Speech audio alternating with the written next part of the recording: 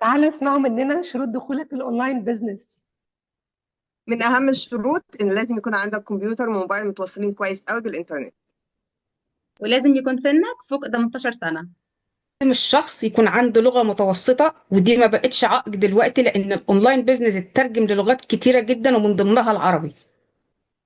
لازم الشخص يكون مقيم بأوراق قانونية في البلد اللي عايش فيها.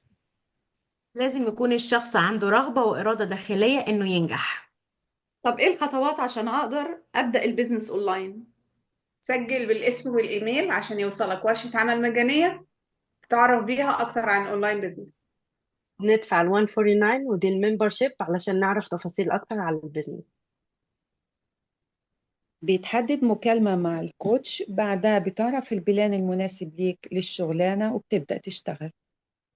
بعد ما احدد البلان اللي انا اخترتها بمضي الاوراق المطلوبه للبلان، وكمان عشان انا عايشه في اليو اس بمضي من ضمن الاوراق دبليو 9 عشان تفصيل الضرايب، لان ده قانوني بيتفايل عليه ضرايب كل سنه، وبتختلف اسم الورقه دي من بلد لبلد. بفتح التريننج عشان الشخص يبدأ البيزنس.